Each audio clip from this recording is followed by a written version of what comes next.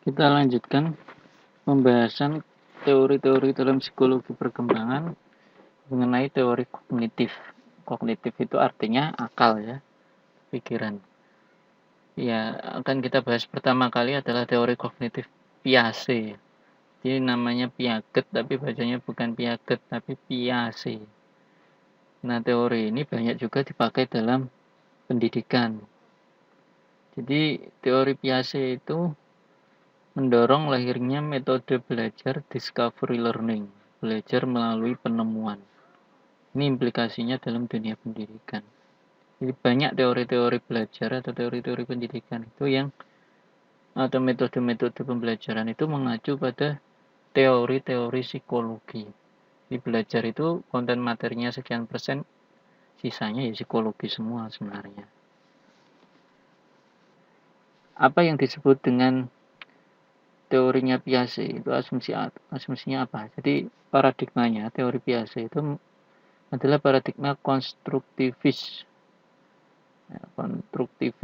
ya, bukan konstruktivis tapi konstruktivisme.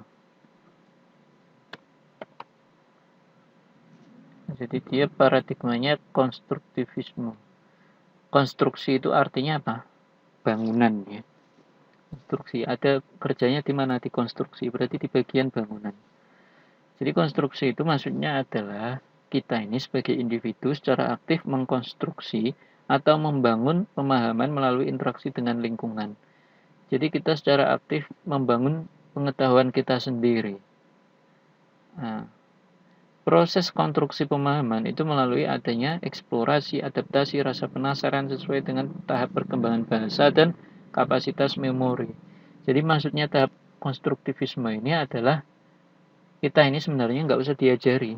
Kita ini sudah secara proaktif membentuk pemahaman sendiri. Manusia itu pada dasarnya bisa-bisa sendiri.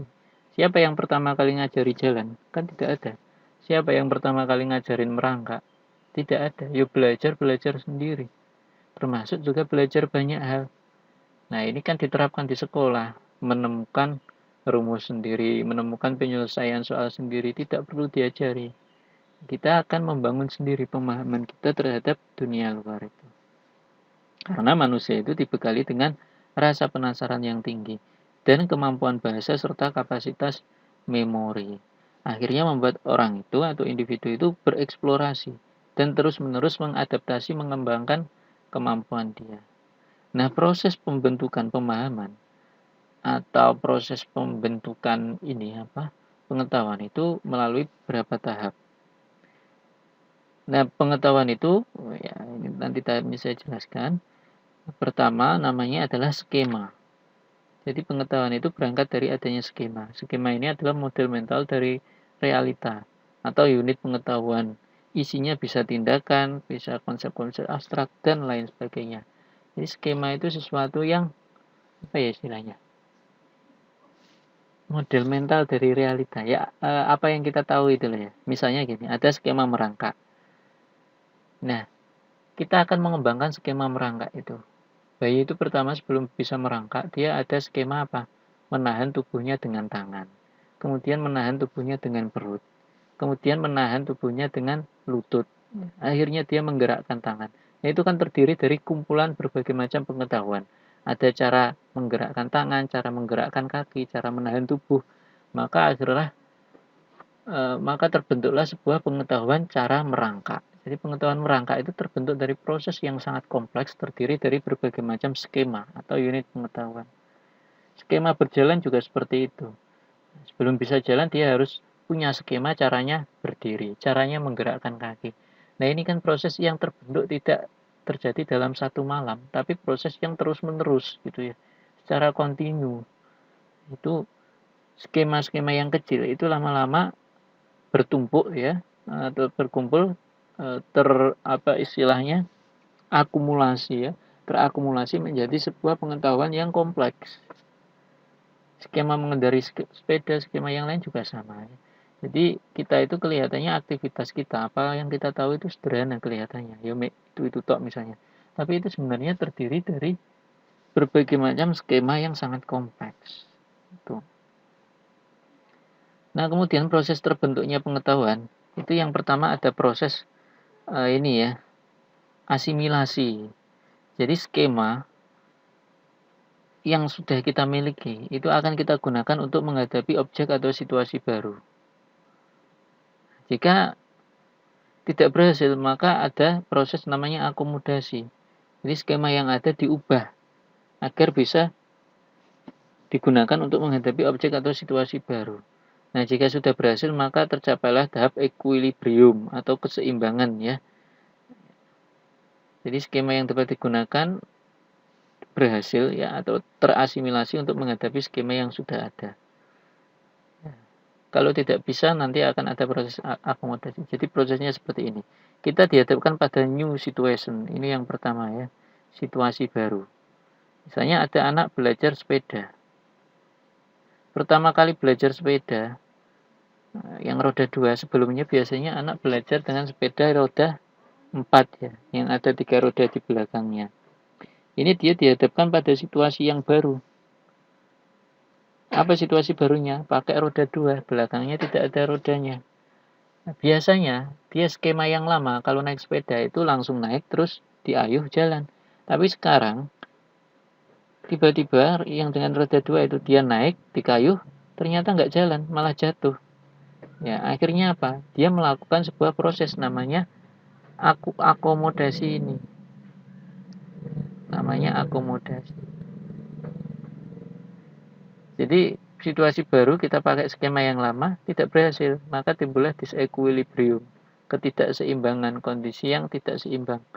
Maka harus dibutuhkan akomodasi, dimodifikasi skema yang ada.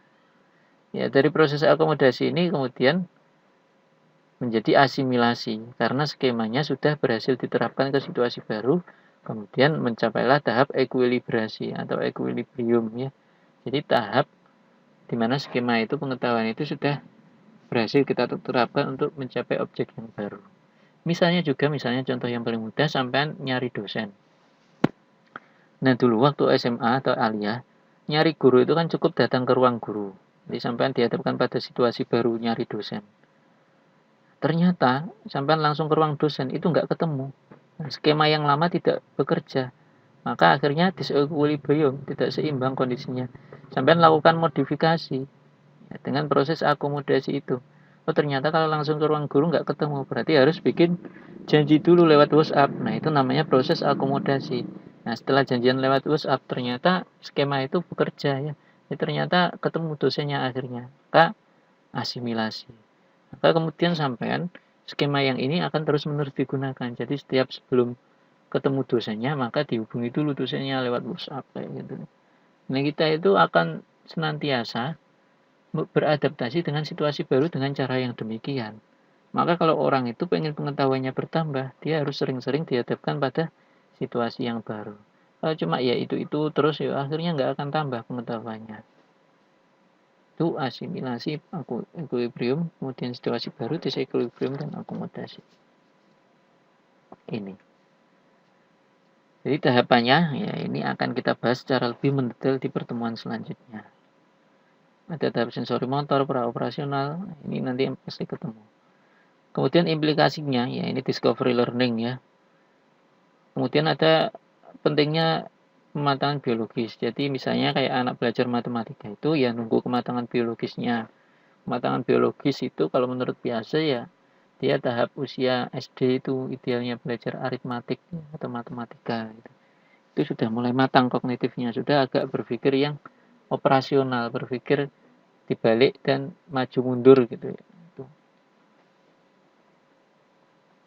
Ini implikasinya. Kemudian ada teori yang melengkapi teori Piaget, namanya teori belajar kognitif. Ini bukan melengkapi, tapi ada bertentangannya. Tapi ini juga diterapkan. Jadi dia pada dasarnya kalau menurut Vygotsky, namanya Vygotsky, bahwa orang itu nggak bisa belajar sendiri, harus dibantu ya, harus dibantu. Jadi ini pentingnya peran guru atau teman. Maka dari teori Vygotsky ini lahirlah namanya metode cooperative learning yang sudah bisa ngajari yang belum bisa gitu ya. Menurut Piaget tadi kan orang menemukan pengetahuannya sendiri. Kalau ini tidak ya. Ini tidak. Nah, tahapnya seperti ini ya, ada zona batas atas, zona proksimal, kemudian zona batas bawah. Jadi, untuk mencapai tahap zona batas atas, dia butuh scaffolding, ya, bantuan atau instruksi. Misalnya anak mau belajar sepeda, dia nggak bisa belajar sendiri, harus diajari. Jadi belajar sepeda itu zona perkembangan atas, ya batas atas. Dia bisa pakai sepeda roda 3 itu perkembangan bawah, apa yang sudah dia bisa. Maka di tengah-tengah inilah dia butuh bantuan orang lain. Untuk sampai ke tahap selanjutnya dia butuh bantuan orang lain. Scaffolding ya. Ya ini perbedaannya bisa dibaca sendiri ya di sini ya.